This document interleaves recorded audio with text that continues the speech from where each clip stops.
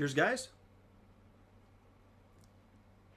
Epyx911, welcome to the Elitist Geek and a weekly show that I'm going to be dealing with newsworthy topics for the week or for the days leading up to the show. I'm going to try to bang off one or two of these a week. I'm going to be covering mostly gaming, but not just gaming related to, video media. I'll also cover pen and paper and tabletop gaming, as well as card-based gaming from time to time, as stories that catch my interest come up. I'm going to be gleaning the material from websites that I consider my go-to websites almost on a daily basis. Most of these websites I visit at least on a weekly basis. There's a few of these websites that they're pretty much can't miss daily visiting websites. Some of those, Destructoid.com, Ars Technica, etc. I will try to do no more than two of these because, you know what, it builds up the material and allows us to chat on another day, and it also allows me to get feedback back from everybody watching this and help let that feedback dictate the direction of the show. But I'm never going to stray too far from the original intent, which is geek gaming related news, whether that be software or hardware. And with no further ado, let us move forward with the first show. Project Cars. Project Cars is a game dubbed by its devs as being so realistic that they felt they needed to include a disclaimer that says all footage shown is in-game. Now, yes, judging by my tone, if you read that as, being rather facetious and sarcastic, it was intended as such. This Elitist Geek has been around racing games for a fuck of a long time. The first games I saw in the arcade, Sprint and Pole Position, they put the B into basic, all right? In fact, some of them were so primitive that if they didn't label it a racing game, you probably wouldn't know it was a racing game because the graphics were that bad. They were that primitive. So to make a claim like that, considering 4 decades worth of racing games, that's a pretty fucking lofty claim. Does it deliver? Did the devs need to include that disclaimer? In short, no. It doesn't deliver in the realism department based on the disclaimer. And you see, if you're a dev and you throw a disclaimer out like that, well, you're inviting discussion. Had they not included the disclaimer, I would have said, you know what? This is a damn pretty racing game. The visuals rock. And they do. But would you ever mistake this for lifelike footage? Hell no. Unless, of course, you're a bonobo chimp. And they can be forgiven. They don't get out much. But, folks, the thing is with racing games is you've got to deliver on a lot of fronts. To truly be realistic, you've got to deal with not just car models and physics, but you've got to deal with track models and physics, and of course the environment at large, whether that's weather effects or trees or terrain or buildings in a city. And that's where most of these games falter. You can pick one or two aspects of what I've mentioned, and most racing games will do very well in one or two of those. But do any racing games ever nail all those variables? No. Does Project Cars nail all those variables? No. Does it look fucking fantastic? Hell yeah, it looks great. The models for the cars are fantastic. The reflections, the lighting, the curves, the polygon counts, absolutely stellar, top-notch, fantastic. And then you get to the tracks. And while they look great, they certainly look far from realistic or lifelike. A lot of shit happens on real roads and real racing tracks that just doesn't seem to be modeled realistically in Project Cars. And that's not even getting started on the environment itself, which I wouldn't say looks excellent. It looks good, But again, it certainly isn't lifelike either.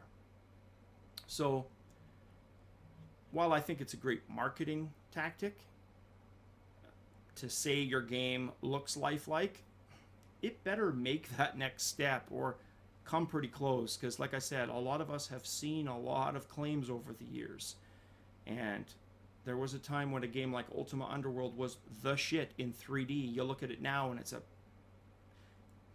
pixelated puke on the screen. Still a fantastic game, still fantastic gameplay, but it ain't lifelike.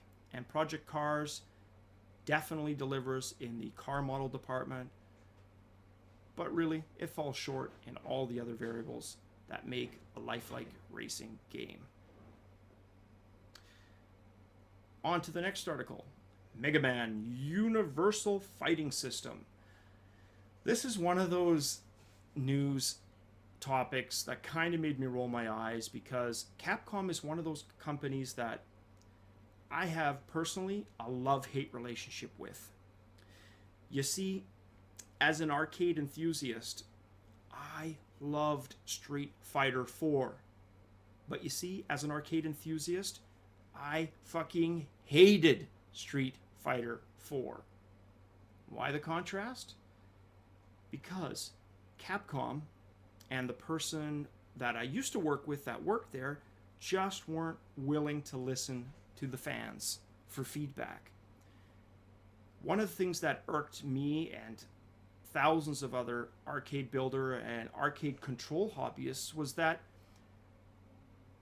Street Fighter 4 wouldn't let you remap keys very easily. In fact, it wasn't until a fan released a hack, moddable hack, that you could do that, when it would have been very easy for Capcom to include that, even just in a patch. It's not rocket surgery. Remapping key codes is not that difficult. It wouldn't have added a lot to the bottom line, but it would have done a lot to curry favor. And whether it's Square Enix with their Final Fantasy Tactics, and that's the subject of a whole different show, Capcom is also one of those companies that doesn't seem to want to capitalize on its historical IP, and it drives me absolutely fucking bonkers. Look at Square Enix with regards to Final Fantasy Tactics. We've seen remakes of Final Fantasy Tactics ad nauseum. When was the last time we saw a truly new original sequel to Final Fantasy Tactics? Or, of course, Kingdom Hearts. We're finally getting Kingdom Hearts 3, right? But what about Final Fantasy Tactics? Are you telling me that a Final Fantasy Tactics true sequel wouldn't have sold well on the DS or the 3DS? Or the Wii or the Wii U? Hell no. It was a niche game when it was first released. I'll give it that. Strategy RPGs was, for the most part, a new thing. But don't you think it's built up enough goodwill and cult and fan status over the years that it would be a top title upon release? Hell yeah, it would be. And yet, they don't seem to capitalize that. Megaman Fighting System, it's a great Mega Man card game potentially, but it's not the game that most fans want. And that can be frustrating. You're sitting on the sidelines and thinking, wow, you guys are putting all these resources and all this time and effort into this Mega Man fighting game, card-based game, but you can't make a true sequel. That just boggles my mind. With that said, what is Mega Man Universal Fighting System? As I just stated, it's a card game with combat elements and apparently a certain collectible element to it as well. How far does that stray from the Yu-Gi-Oh! Magic the Gathering type model? I don't know. But I have included a link, and I guess as we get closer to release date, we'll probably see more released on that. As with the first story, I've got the link down below, so you guys feel free, mosey on over, and have a look for yourself. Third topic, fan-made Resident Evil 2 HD. Along the same lines as the Mega Man and Final Fantasy Tactics, Capcom again with IP that they seem to just be content to sit on. The potential to remake some of their older games to me seems like a no-brainer. Slap on some new textures. when I can play Resident Evil 4 GameCube through emulation better than the original, if you can do that on an emulated game, how hard would it be for the devs to upgrade some of the textures, remap them at a higher resolution, even just support higher resolution? To me, it doesn't seem like anywhere near the full development costs of a new game. Again, a no-brainer. I don't know. What do you guys think? Here's a fan that came along and did it. It should be cool. I love the game. I think an HD remake is good. I love the God of War HD remakes. I bought all of those. But sometimes you wonder, is it too little too late? I don't know. Well, that's it for the game-related news for this first episode. Now, just a quick look at hardware. And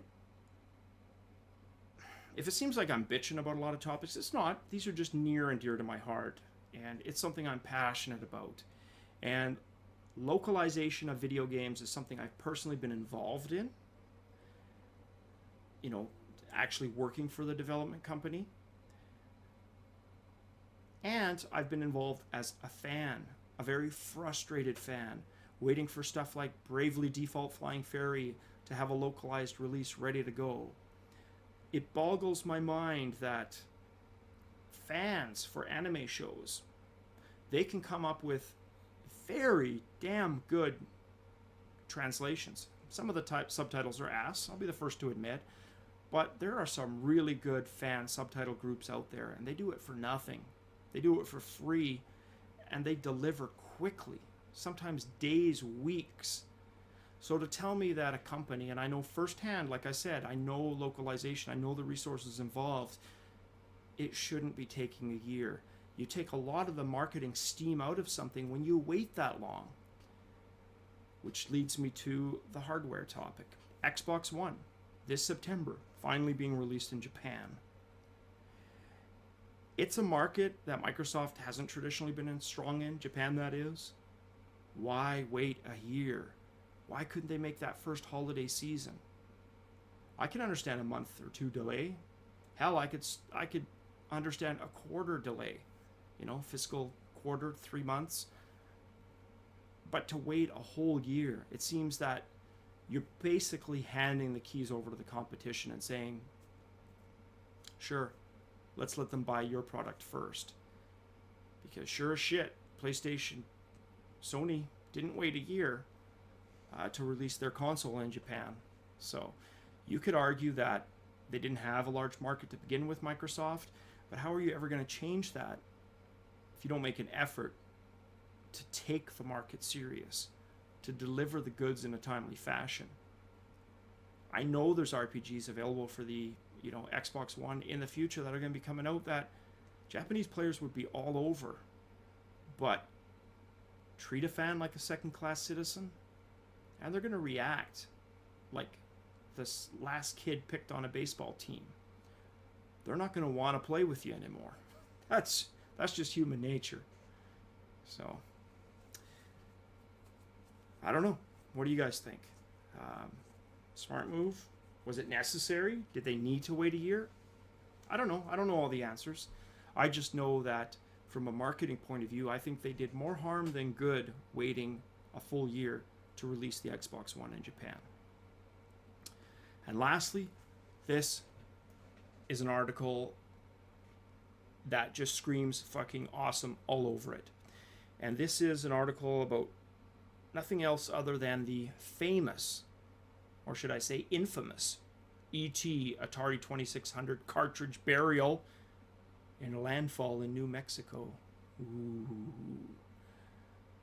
Yes, that urban legend, that wives' tale about Atari E.T. cartridges in their millions being buried in a mysterious New Mexico landfill has made the rounds literally since I was a teenager in the 80s. I've heard about this story ever since the great cartridge bust of 83, really. I think it started making its rounds in my area here in Western Canada, at least by the mid-'80s. We'd heard about the mythical landfill of Atari ET cartridges being buried. And over the years, you heard more to that rumor. It wasn't just ET, it was other games. And it was hardware as well. Entire consoles were sandbagged and buried in the landfill.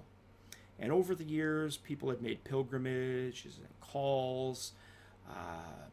Movies have been made. The Angry Video Game Nerd has a movie whose plot premise resides all around that ET cartridge burial. People have literally approached council, the garbage, everyone that had anything to do with it. People have even interviewed the original journalists who came up with the story to see if it was factual.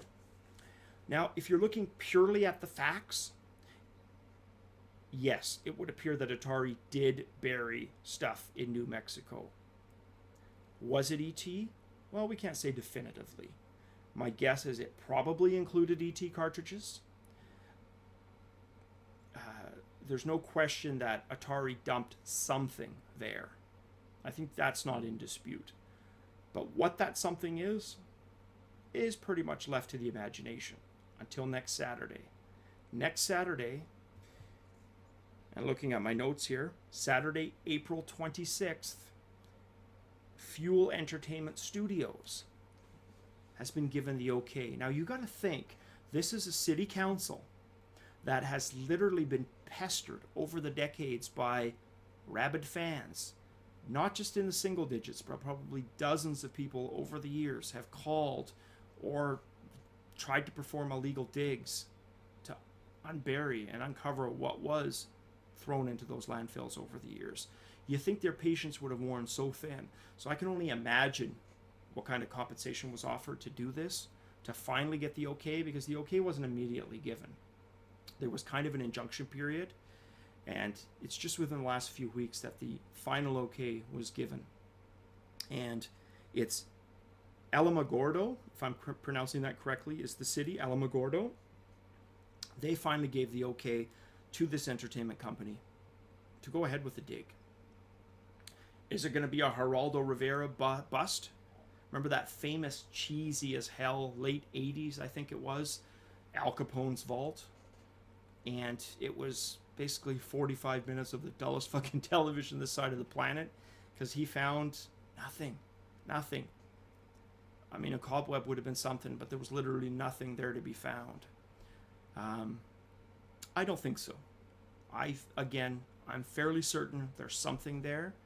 I just don't know what that something is. And I can't wait. I'm neck deep into fucking playoff hockey right now. But sure as shit, I'm going to be tuning in Saturday to find out what was buried there. Well, that's it for today's episode of the Elitist Geek hardware and gaming news. Interested in your comments about the topics. Add anything I may have missed. I'm going to include the links down below for everything that I talked about today, and expect another show up within a few days. As always, guys, cheers. Thank you so much for watching. I hope to grow this channel and have more of you subscribe. So if this is your thing, please hit subscribe. Please like the video.